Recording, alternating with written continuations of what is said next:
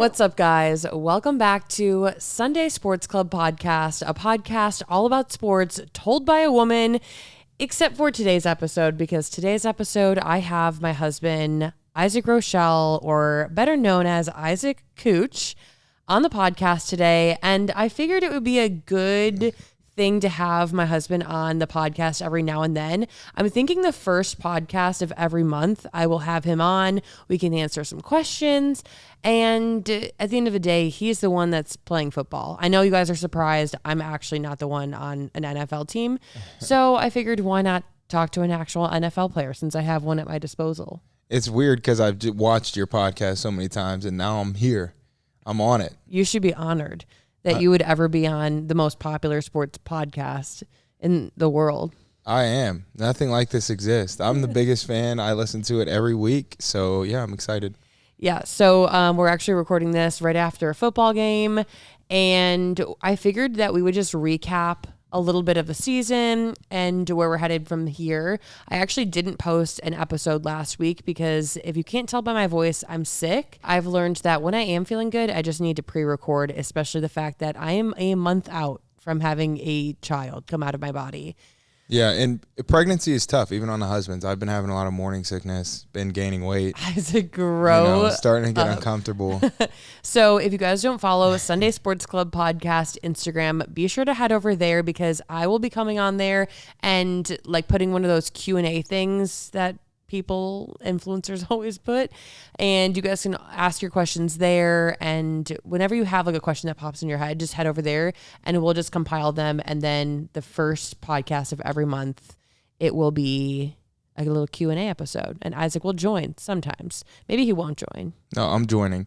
So where are we at though? Because you do a little beginning of your episode, you do a little like NFL update, recap, like what's going on in the NFL. Yeah, like current events, what's happening. And I feel like it's like, the middle of a season. I feel like it's kind of feeling a little slow right now, but things are about to fasten up here because... Especially for us. How is it as a wife midway through? Because I can give the player perspective of midway through, but women are in the thick of it. Y'all will be just grinding. Midway through the football season is good, but also bad. I feel like it's good because I have a routine down. I know what days are your longest days. I know like what I have to get done throughout the week. I also have like a friend base here in Vegas, being that we're new here. But the bad thing is that, okay, now I'm starting to struggle. Like, hey, I like want to do this, this, and this, but like you're consumed with football all the time. So around the middle of a season, I'm like, okay, when is the bye week? And if you guys don't know, the bye week is a week off of football. So when the players don't have to report. And ours isn't for a little bit more. So it's a weird time. But this is also a crucial time for women when scheduling, like women are relying on the schedule. And how a coach schedules is very important for the wife. This is a time in the season when if you're winning, teams will start to do things like Victory Mondays where you finish a game on Sunday and you don't have to go back into the building till Wednesday. Because they're like, you know what, we won, flush the tape. We don't need to watch it. Go enjoy your family. Wait, you flush the tape? Like, you don't watch it. You don't ever watch the tape? We'll buzz through it, but we're not going to like analyze it like we would if we lost and we had to be in there. Wow, wait, that's super interesting. I didn't know that. So it's really important. So just to give some context, and we'll use the Raiders as the example, a few weeks ago, literally 10 days ago, we had a different head coach. He's scheduled very different. For better, for worse, whatever, he's scheduled different. Now we have a new head coach. We just won, and we have Monday off. So it's kind of nice for you because you're like, oh, I get to spend 2 full days with my husband because Tuesday is the NFL-wide off day. Yeah, it's super interesting because a lot of people would think that a lot of teams are run the same way or organizations are run the same way, but each NFL team my husband has been with is run completely different from the next. Like the Chargers were super relaxed. You got home at like 3:00 some days. And then like 2 weeks ago, you weren't getting home until like 5:30 or 6:00 on like your long days. So it definitely depends on not only the head coach, but also sometimes the GM. And if you guys haven't been staying up to date around the NFL, the Raiders just fired their head coach, GM, offensive coordinator. Yeah. It's kind of like clearing house is the best way to describe it. But I feel like when a team is losing, obviously the owners are going to look at, okay, who's running our team. Sometimes that results in people losing their jobs, and that happened for the Raiders. And now you guys have a new head coach. Well, and we talked about midway through the year. So, like, our head coach, GM, and OC just got fired because this is a time in the year where, like, teams, you're kind of, like, starting to separate a little bit. Like, we're in November, playoffs start in January. Like, you kind of have to start making, like, decisions to go to the playoffs. So that being said, that's why this kind of happened. You'll start to see it all over the league. Like, head coaches will start to get put on the hot seats, and things will get super sketchy. But this is a weird time of year for teams that are struggling. I mean, it gets bad. Yeah, it's actually crazy. This time last year, you got cut from the Browns. Yeah, literally. Well, 2 weeks from now, but yeah, essentially. So, yeah, this is definitely a weird part in the season. You're starting to see, like, a lot of teams kind of separate themselves.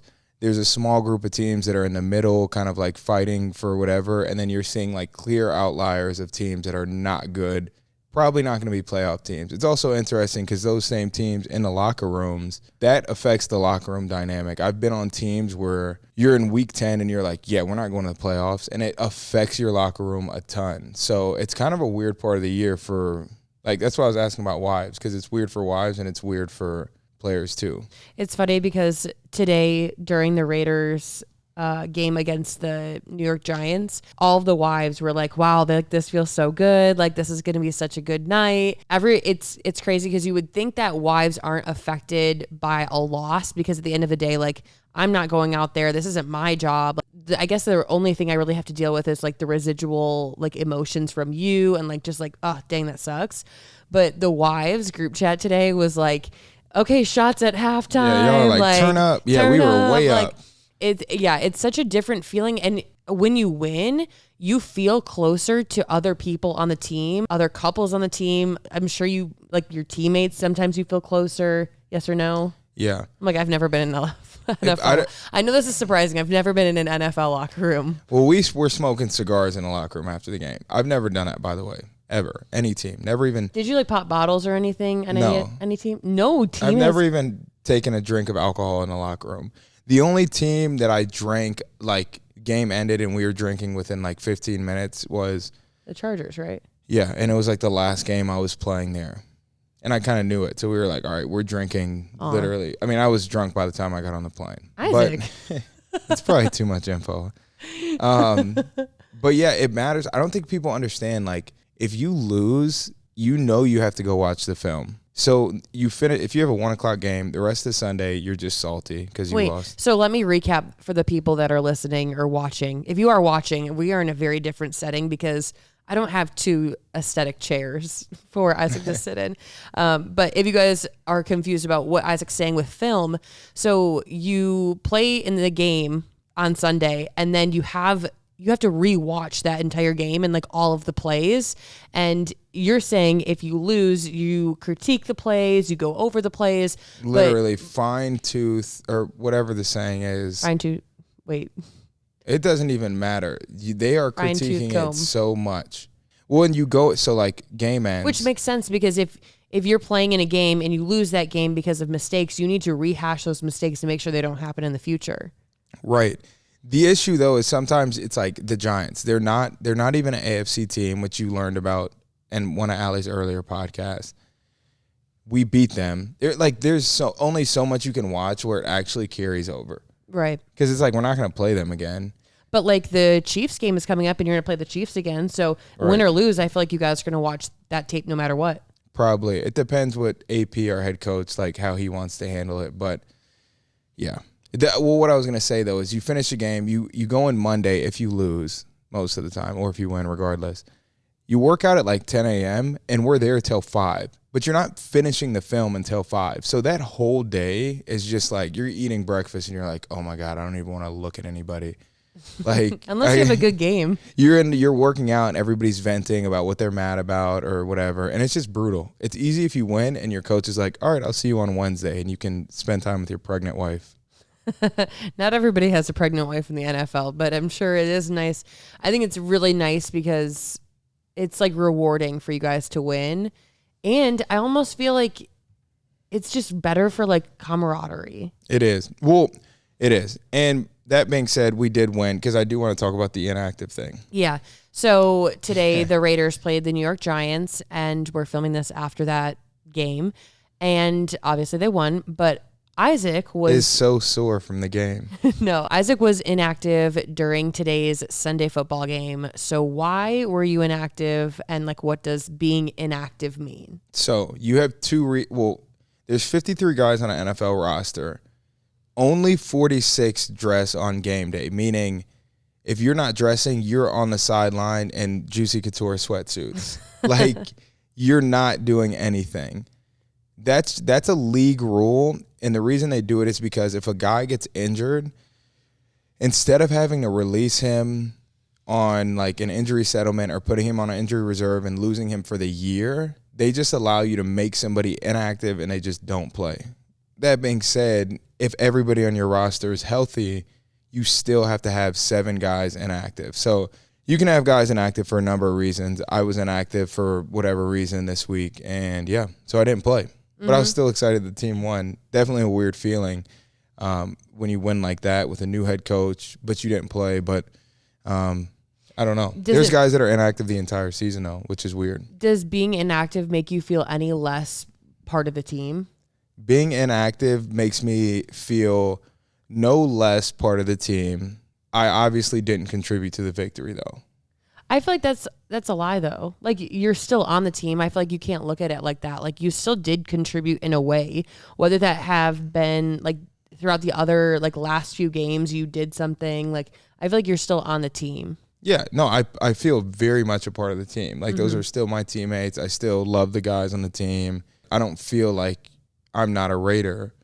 But today I just literally didn't play. And I would go as far to say that like people might be making like the comment, okay, well, you can't celebrate because you didn't play. But like, I feel like if the Raiders lost, you would still be in some type of mood. Like, you still wouldn't be happy. And like, you didn't technically play in the game. So did you technically lose? I would still say yes. I just look at it like this. It's like anything. If you have a huge company and you have people in different departments that do different tasks at different times, some departments are needed more or less during different times.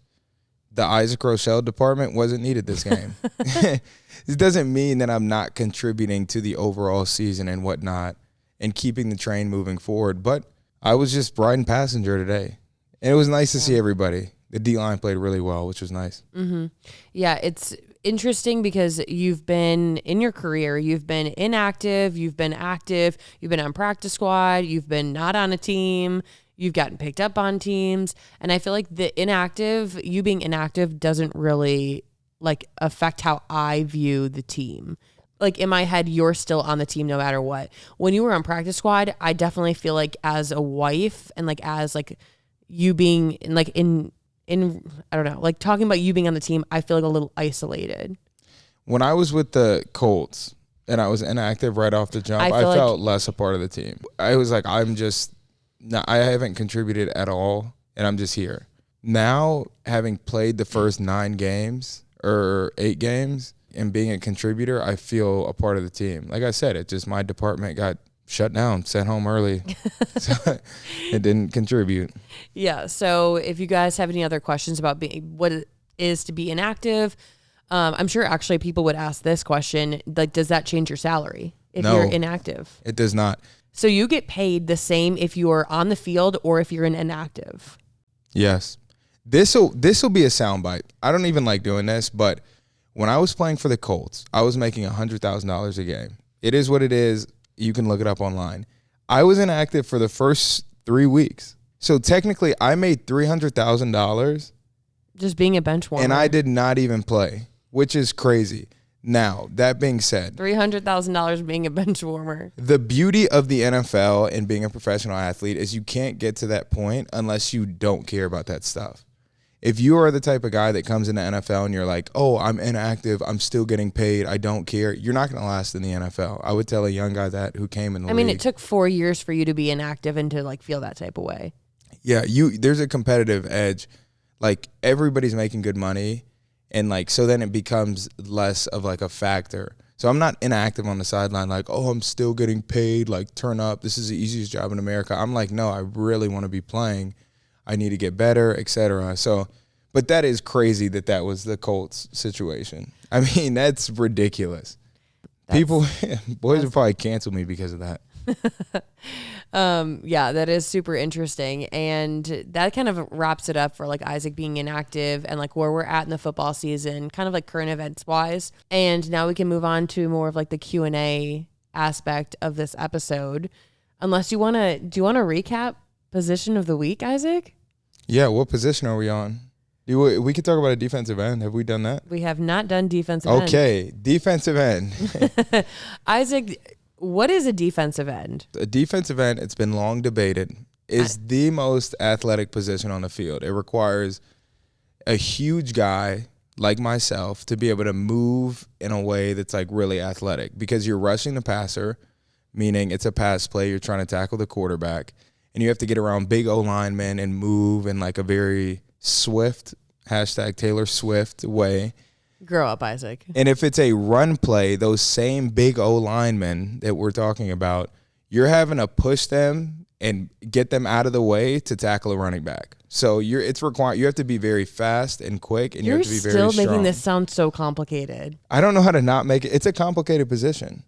I know. Okay, so let me recap, and then you can give your 2 cents because I'm sure women are listening to this podcast in their car, and they're like, what the fuck is a running back? We haven't even covered running back. That's why boys don't need to explain this stuff. Girls rule and boys drool. So in my terms, what a defensive end is, okay? Everybody wonders like, oh, what does my dad do for work like their entire life growing up? Or at least I did. I was like, I don't know. He's like an accountant or something. That sounds like he was like he was actually an accountant, like the boring kind of accountant. But yeah, it's funny because I used to say like, oh yeah, my husband's a defensive end, not really knowing what that was. So obviously the title defensive end means that he is on defense. So I didn't even say that. I know. That's what you got to dumb it down, Isaac. That's true. Dang. So why girls should stick to sports. So Isaac, as a defensive end, it is on defense, meaning that his team does not have the ball. But as a defensive end, he has 2 jobs, and that is either to 1, sack the quarterback, so the person throwing the ball. Okay. We already covered quarterbacks in another episode. Okay. Or 2, to set the edge and make sure the ball doesn't gain yards. Doesn't go outside of me. That's a better way to put it. Doesn't pass you. So if I'm the left defensive end, I'm making sure the ball doesn't go to my left, doesn't go outside of my left side.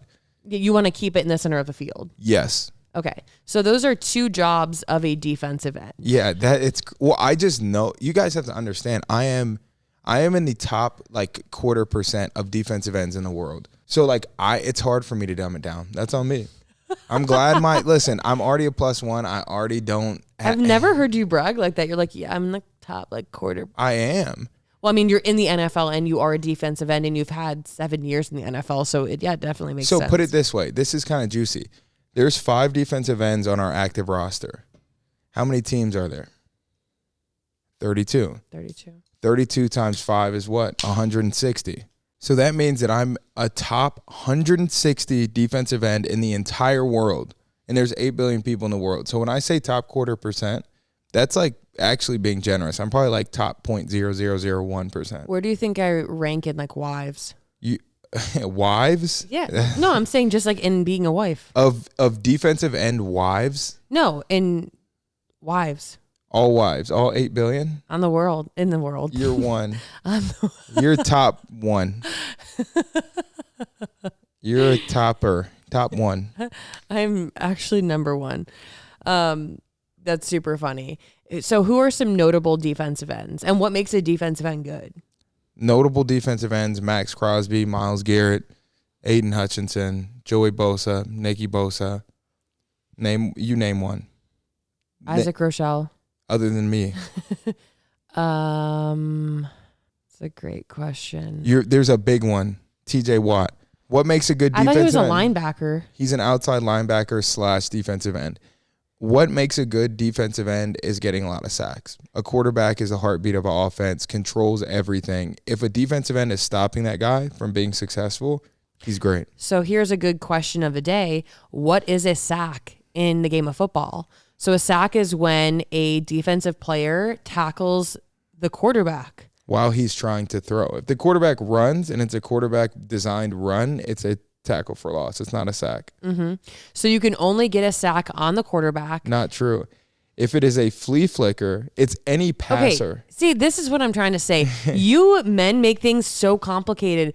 We're trying to dumb it down. We're trying to make it easy. We're trying to make it simple. They're not watching a flea flicker. Fun fact though, I have 10 sacks in my career. One of them is on a wide receiver. Okay. Anyways, for the most part, correct. 99% of the time, if you get a sack, it can only be on a quarterback. Unless correct. It's a flea flicker. But we don't really give a fuck about flea flickers in this episode, Isaac. A flea flicker sack might happen 10 times in the season, maybe. On any NFL team or your NFL team? On all plays combined. Maybe less than 10, maybe 5. Exactly. So why are we talking about that? Yeah, I mean, as a point to this. That's like a guy giving 100 red flags, and you're like, but there's this one green flag. Yeah, that's on me. So now that we've covered current events, position of the week, Isaac trying to make things more complicated than they are. We are now going to jump into a little rapid fire Q&A. I already feel like this is going to be a long episode. I apologize. Why do teams give up on their fourth down and just punt it to the other team?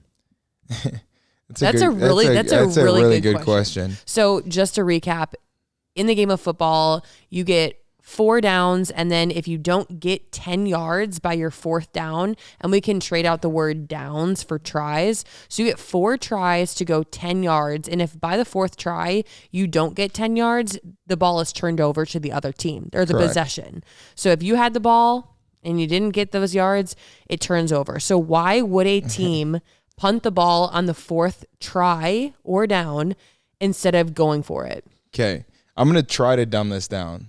Because Jesus Christ. So the field's 100 yards. One team is trying to score in one end zone. The other team is trying to score in their end zone, right? This is already off to a great start, Isaac. Actually? Yeah, actually. And you're essentially defending your end zone as a team. That's why it's called defense. It's like capture the flag. And when the ball turns over after your tries, it turns over wherever the ball is on the field.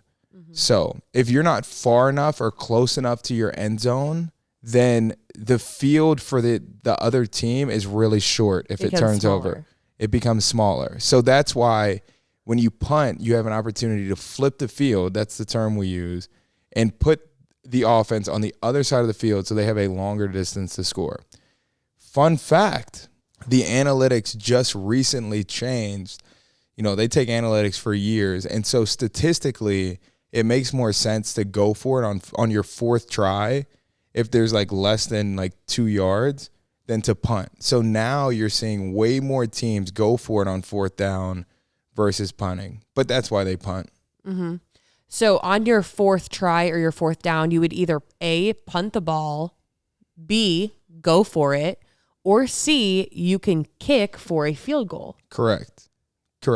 So those are your 3 scenarios. And you would only do C, you would only kick for a field goal if you're within, I would say, 55 yards, depending on your kicker and how much you can rely on him. Yes or no? Yes. And you also have to think where the ball is spotted. So if it's on the 30-yard line, 30 yards to score, you have to take into account the end zone. So that's a 40-yard field goal. So essentially, once the ball gets like past the 45-yard line, aka a 55-yard field goal, most teams will punt. Mm-hmm. Or if they're following the analytics, they might go for it. So essentially the reason that you would punt on your 4th down or your 4th try is so that you don't turn over the ball and give the other team the opportunity to score quicker than you would have had. Like Correct. if you have 70 yards to go to get a touchdown, that means the other team only has 30 yards to go to get a touchdown if the ball turns over. Exactly. So if a team's really close to scoring, they're going to go for it on all 4 downs because they're like, who cares? The other team's going to get the ball on the half-yard line. Exactly. Also, another fun fact is our team and every team I've been on and every team in the NFL has an analytics guy. So we have a guy, all he does is study analytics. So then when coaches... That sounds boring as fuck. It is. I'm going to stop. But, it takes a certain type of person to do that. But, literally... they talk to the head coach. Like they have meetings with the head coach about like what to do in certain scenarios based on what like the odds are. Interesting. And it's like their only job.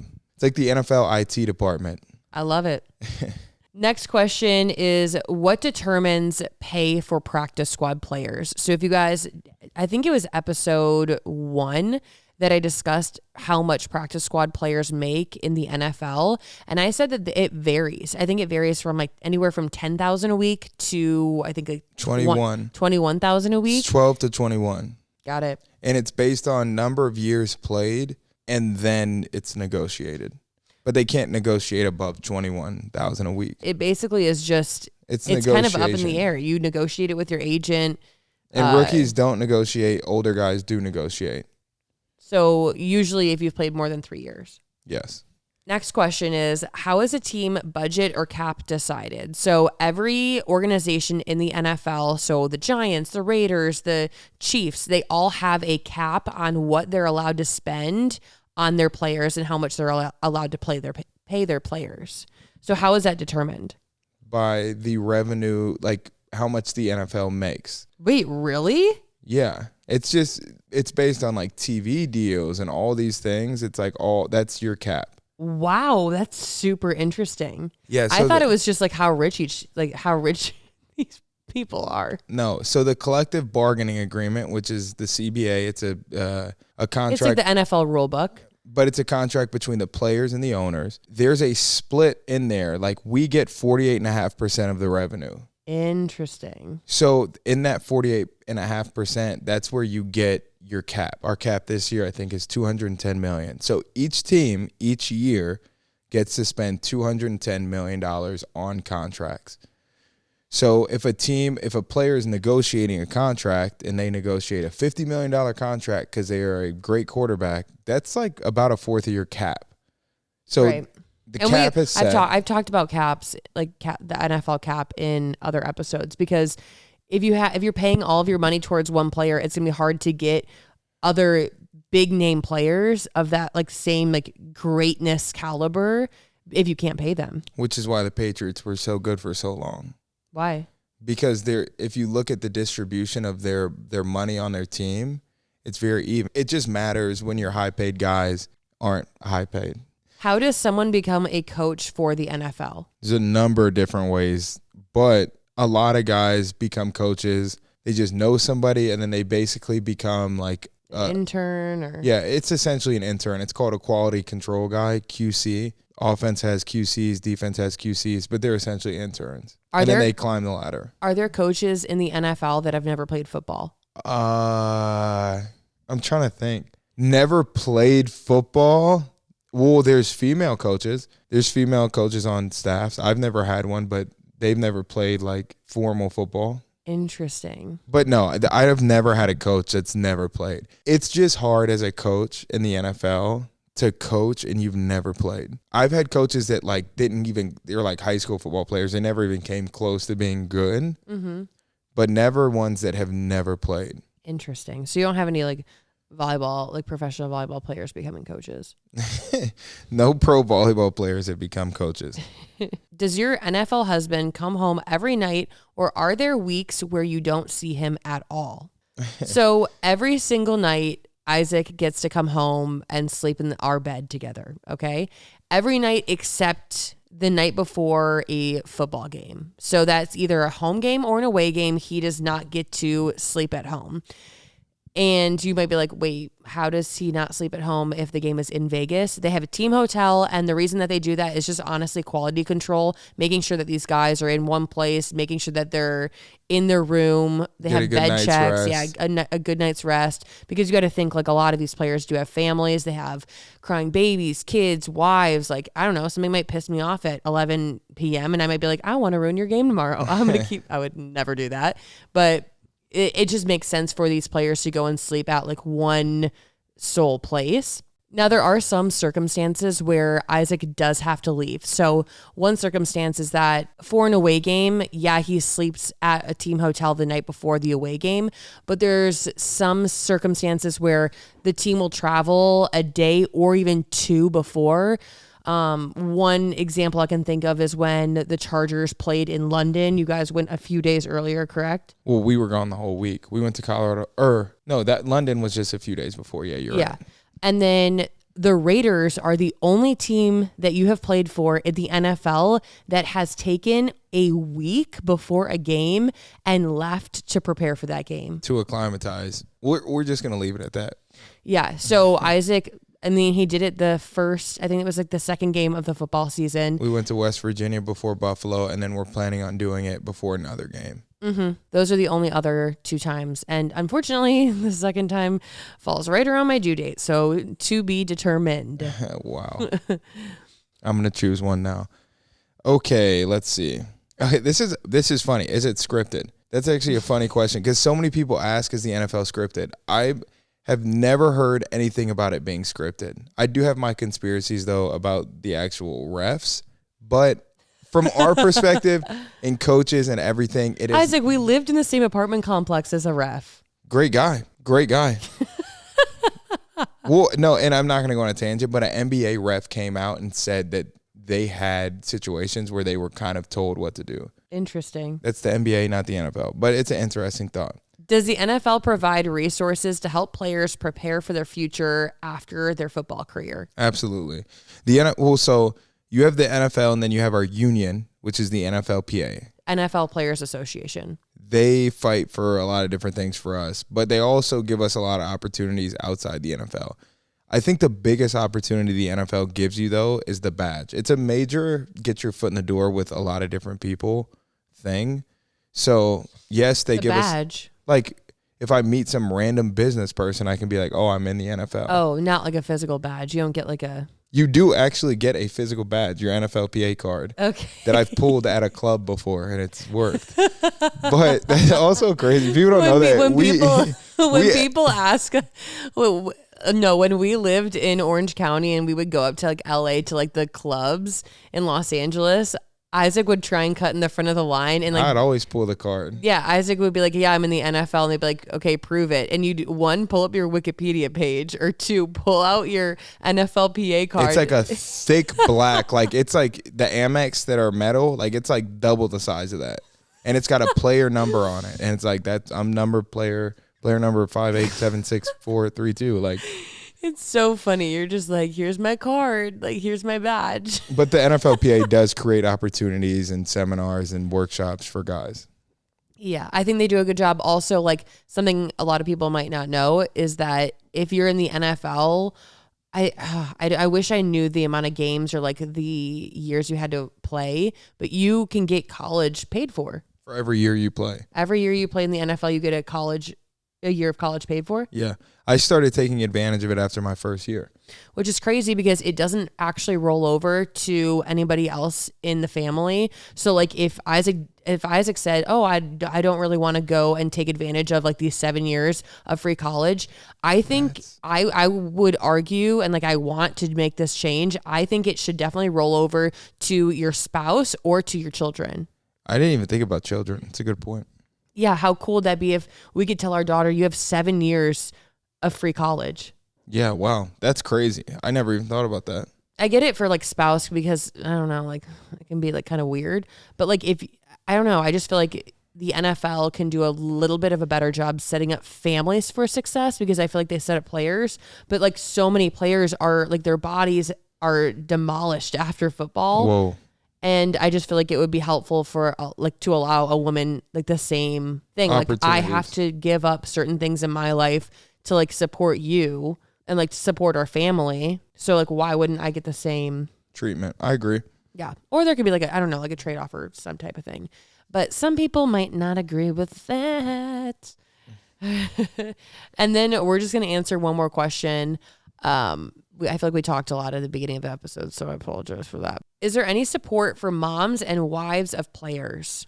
I mean, I feel like that's definitely not a question I should answer. No, I know that you shouldn't be answering it, but I feel like you could definitely like give it something. You can give me I'm not asking you this question to you. Obviously, you're not a wife. Yeah, I think the teams absolutely have resources. I think it varies. I think it definitely varies team to team and organization to organization. I think that some teams advertise their resources more than others. Every team has resources somewhere for OBGYNs and sitters and all these things that you need some teams are more proactive than others. Like the Raiders, for instance, I would say they're pretty proactive. The Raiders is the best team that you have been on in terms of family and team and like player personnel. Like they have somebody who is designated to make things run smoothly for the wives and families and players off of the field.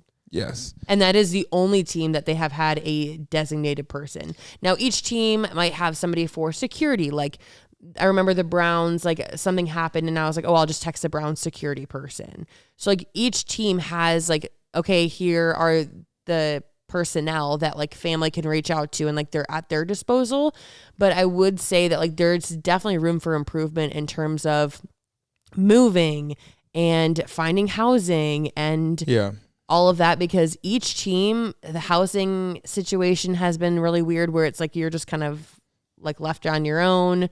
But I feel like the best thing that the NFL has is other players and other wives who can then give their recommendation. I feel like whenever we move, it's like I'm asking a wife for a recommendation and not really like a team personnel person. Absolutely. But the resources are there. They have to be. Could you imagine? You have a league of 1,300 players and there's just no resources for pregnant wives. Mm-hmm. They would get slaughtered. They would literally get canceled. They wouldn't. Why do NFL players get fined for the dumbest shit? Okay, I heard the craziest fact today. I'm not going to say the player's name, but I heard from our equipment manager that there is a player right now in the NFL just for uniform violations. Guess how much he's been fined? Just for uniform violations, socks too short, shirt too long, wrong cleats, etc. 200,000. More. 500,000. More. $1 million. $1 million. What? Confirmed that this one player has been fined this season, and it's halfway through the season. Does his wife know? He is single. He's actually not single. Is he? I don't know. Isn't that crazy? $1 million. That's after taxes. There's no amount of money you could make in the NFL that would justify that. I would get $1 million to spend. That's my salary. I don't actually, if that was me after taxes, I don't make enough money to pay for that. We would go in debt playing this year. I would be in the negative. All because of your socks. What? That is the dumbest thing in the world. I don't even remember what the question was. Why do people get fined for the dumbest shit? It's that. We'll just move on from that. How much do retired or unofficially retired NFL players make? So there's two categories that retired players pull from. It's your 401k and your pension, both of which you can pull from when you're 55. Each year, we can contribute up to about $18,000, and the team matches that $30,000. So you can do that math. That's $48,000 a year into your 401k. And then pension, essentially each year that you play, you get about $1,000 per month that you will make when you're 55. So 6 years is about $6,000 per month you'll make when you're 55. Wow. So it adds up super fast. And you have to have 3 credited seasons, meaning 3 years of playing at least 3 games. Yes, before you can access that. So if you play 2 full seasons and you never play again, you don't get to access that. Wow, that kind of fucking sucks. You could play 9 games and access it versus playing 32 or 34 games, 2 full seasons, whatever. Point is, 55, pension, and 401k are where you can pull from. Interesting. Kind of a lot of money when you think about it. If you die... And it maxes out at year 10, which I just learned this year. Oh, so after year 10, I'm like, why even bother? Literally. If I die, it goes like a will. It would roll over to you. So it would roll over to me? Yeah. What if I died? Then it would roll over to whoever we had in our will. Like our child? Yeah. All right, guys, that ends it for today's episode. I feel like we answered quite a few questions. There's a lot more questions that you guys submitted. And if you guys want to submit a question, head over to Sunday Sports Club Podcast Instagram and send a DM, comment on a picture, comment on a reel. And I'll be sure to answer one of those in an upcoming episode. Like I mentioned earlier on in the episode, Isaac and I are going to be doing these little Q&A episodes every now and then. I'm going to be doing a Q&A episode the first episode of each month. Now, is Isaac going to be on those episodes? I guess we'll see how well this podcast does. Yeah, absolutely. Do the people like Isaac? Do the people hate Isaac? I'm actually really curious. Yeah, but it's a lot. It's fun to be able to answer some of these questions with Isaac because I definitely know a lot about the NFL and I know a lot about football and I do my research before I make these episodes. And there's something that I can give to the facts that you have. But at the end of the day, I'm not in the locker room. I'm not the one interacting with coaches. Like You're not the player? I know. I tried out one time and they said no, but we'll try again next year. So yeah, let me know how you guys like this episode. If you do, be sure to go and give us a rating on Spotify or Apple Podcasts, wherever you listen to it. Make sure to give us a rating. And if you guys want to watch this episode, go over to YouTube because these are also on YouTube. But with that being said, Isaac, do you have anything you want to say? No, keep tuning in and follow me on all my channels. Oh my God. Okay. I'm joking. Thanks for tuning in and be sure to tune in next Monday for Sunday Sports Club podcast. Talk to you then.